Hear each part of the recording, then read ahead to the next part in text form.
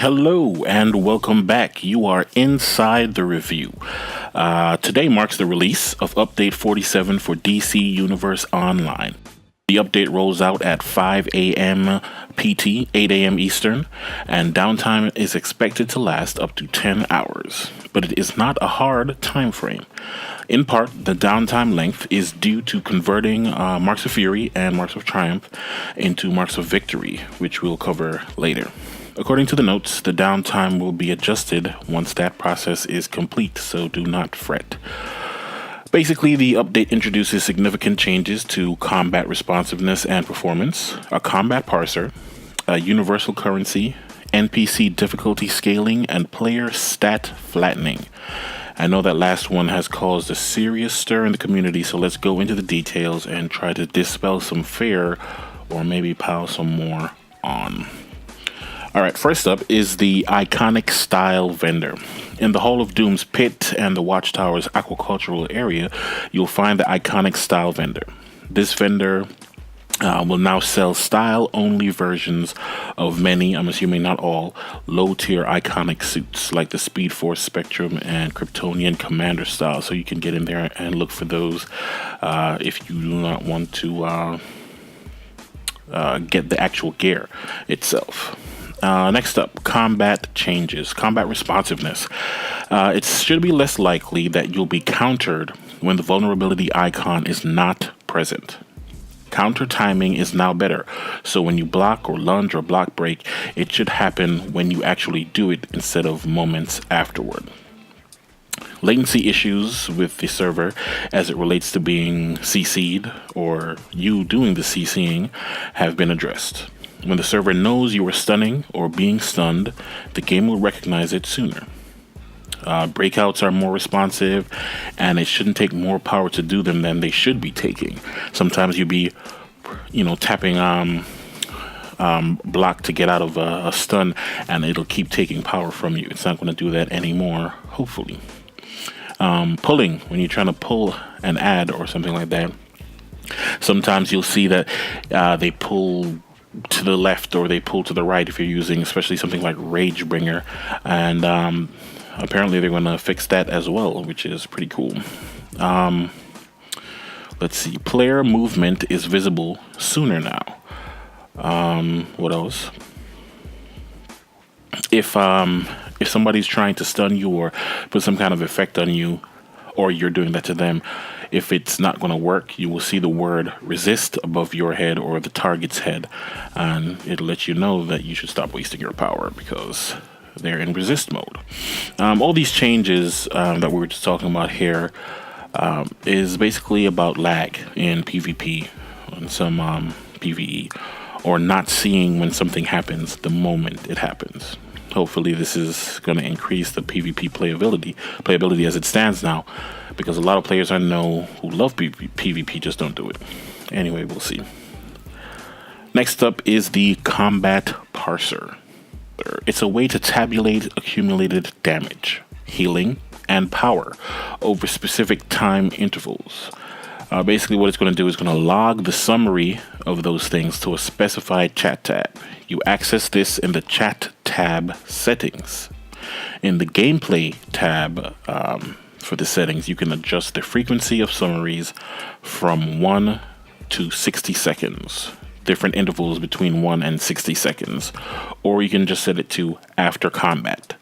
Basically, you can choose an amount of time to test a rotation or power to see how much damage, healing, or power out is done. Or you can set it to after combat, and it will summarize whatever you've done 5 seconds after you stop doing it. So pretty much you'll be able to test your own rotations, see how much damage they do, and compare it to, the big guys putting out their stuff like Kaiser and whoever else is still doing that. You guys should really check out Dark Reign's videos. He's an EU player. Really good with electricity. Just put out a sorcery video yesterday. Really cool cat. Check out his videos. Check out Dark Horus's videos. I know I like a lot of these dark guys, huh? Anyway, check out Super Patriot. Obviously, you guys know him already. His videos. I'm sure he'll be doing a video about the changes forthwith. Right? Okay. NPC difficulty scaling. Basically, what's been happening is that there was a huge gap between level 1 and level 100 stats. It was more of a gap than was intended, and it wasn't consistent. So they're going to address that. The greater the difference between the NPC CR and your own is the greater the damage done or the damage you receive. So if you're a CR 70, you'll do more damage to a CR 40 NPC than you will to a CR 60 NPC. And by the same token, that CR 40 NPC will do less damage to you than the CR 60 NPC will. But here's where the issue comes in. Low-level bosses and matches have changed. The health values of lower-level bosses and match rank NPCs have been increased, so they are consistent in toughness with those at higher levels. Non-basic weapon combos like hold attacks have been increased, but aren't supposed to be as great as the advanced mechanic damage or the weapon mastery damage. Those are still the top dogs. Now, I don't know how this is going to affect leveling in the game as far as the community at large is concerned, but the goal is to make leveling more challenging and to maintain consistency in battle from end to end. But this is huge, and you know we don't like change too much as a race, do we? Anyway, how's this going to play out? Stay tuned. Another thing that has changed is ability power cost and bonus fight reduction. All this basically means is that non-healer powers will notice a slight decrease in power cost, but power regen will remain the same as far as fight is concerned. It's going to basically feel like you have a larger power pool to work with. That's if you are not a healer. Healers, everything is pretty much the same. Another big thing, though I'm not sure how big, is that they've increased the value of all non-percent based trait stats earned by purchasing boxes in the skill trees and iconic tree, all except the bottom row of traits. So in the skill trees, the traits that you can buy that increase your might or your precision, they have increased that throughout everywhere, and in the iconic tree there as well. So look out for that, see what that's going to change for you. A few more tidbits. Legends characters' health and damage from trait powers have been increased by 50%. Basically, you'll hit harder, but it will be offset by more health. This is just to remain in line with the damage changes mentioned before. Blocking now triples your damage. Defense, the damage deflected there or mitigated, however you want to look at it. Defense and toughness scale with you as your CR grows. Another biggie, mods don't affect combat rating anymore. Mods do not affect combat rating. CR is now equal to 115% of your gear's weighted item level. The breakdown for each slot is as such. Back is at 8, chest is at 12, face is at 6, feet at 7, hands at 7, head at 11, legs at 12, neck at 6, rings at 6 each, shoulders at 9, trinket at 6, waist at 7, and weapon at 12. All of that adds up to 115%. That's how your combat rating is determined. Super strength increases your weaponization rating by 10% now. And weaponization rating now scales with your maximum combat rating. It increases in effectiveness as you increase. They also did a low-level NPC combat and difficulty pass. Apparently some attacks in low-level content were unintentionally lethal.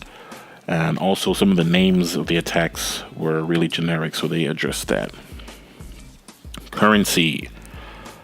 This is pretty big too. Really, really big. Marks of Triumph and Marks of Fury have been replaced throughout by Marks of Victory. That's the universal PvE mark now. No more symbols, no more Fury, no more Triumph.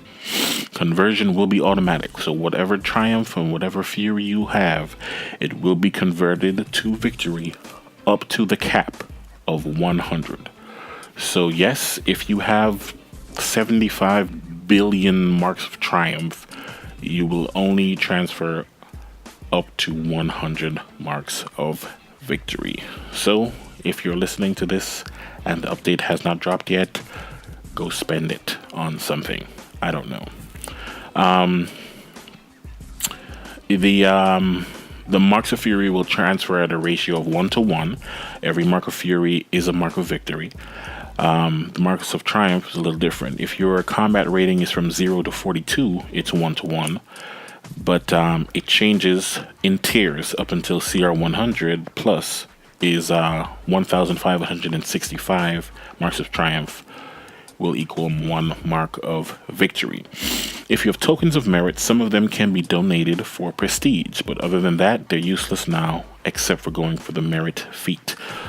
So you can't really do that whole trick to hold on to stacks to change into Marks of Triumph from Fury anymore, obviously. Everything from gear to recipes will cost Marks of Victory. And yes, the cap is still 100, as I said. This kind of bothers me, but I can live with it. It forces you to play the game more. The problem is that it forces you. To give you an idea, a recipe costs 25 Marks of Victory. But gear still costs anywhere from 20 to 70 Marks of Victory. Recipes being like creating sodas and things like that. Mainframe costs, and pretty much the mainframe, how it works, has changed a little bit as well.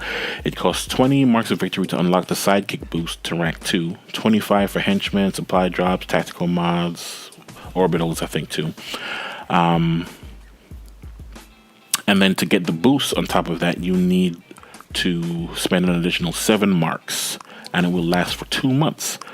But there's only one boost now, so you don't need to worry about getting boost 2 and 3 and whatever it is. And it lasts for 2 months, so that's pretty cool.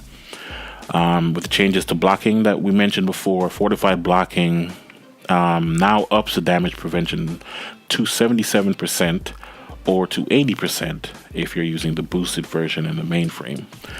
Utility belts, they run out as well. Sometimes 2 or 3 you have to rebuy every 30 days or what have you. They will cost 7 Marks of Victory. Lock boxes award Marks of Victory. The weekly and monthly boxes do not. No marks of any kind for those. And the vault will also award a Mark of Victory. More tidbits. Ignored players can no longer be grouped with you when matchmaking through the on-duty tab. Now, does that mean you can be grouped with ignored players via pugging? For instance, you shout your roll and you get picked up. Can that person now pick up a person that you've ignored? Probably. You'll have to live with that, I assume. Another thing, sparring targets are killable now. Level 1 and 1 million health. They no longer have boosted defense, and they will restore 100% of your health and power back to you.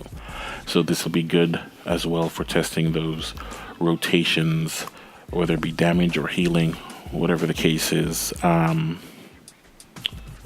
with the parser, the combat parser. Now, along with all of that, in this long video, they have made several changes to powers. Sorcery, munitions, mental, and earth have been buffed in certain respects. I know Fury and Crystal or what have you, they've been buffed to do a bit more damage or to do as much damage as they were intended to do in the case of Crystal, I think. Apparently, currently, Earth's crystal isn't doing the amount of damage it was supposed to be doing, and some other changes as well to the powers so that sorcery and earth and mental do some more damage. Apparently there was some issue with the way they were calculating the damage for mass terror and mass levitation. As you guys know, the faithful guys have been with me from the beginning. I was and am a huge mental fan, but I will not be going back until the animations have changed. As I tell my league all the time, it looks like somebody went crazy with a 3D Etch-a-Sketch half the time these animations are going on. And they're always making fun of me where it looks like I'm just thinking really hard at every single situation that appears before me. And it's hilarious. Anyway, fire gets no love as usual. Apparently, the only thing wrong with it was there was some issue with the tool tip in one of the areas. I don't even know. Somebody really needs to take a look at Fire because bad. Weapon mastery is good. Weapon mechanic bad. Let me know if you have any questions and tell me what you think of the changes. I appreciate you guys watching and sticking with me, even though I haven't done a DC video in a long time. Let me know if you think this is what DCUO needs. See you guys next time inside the review.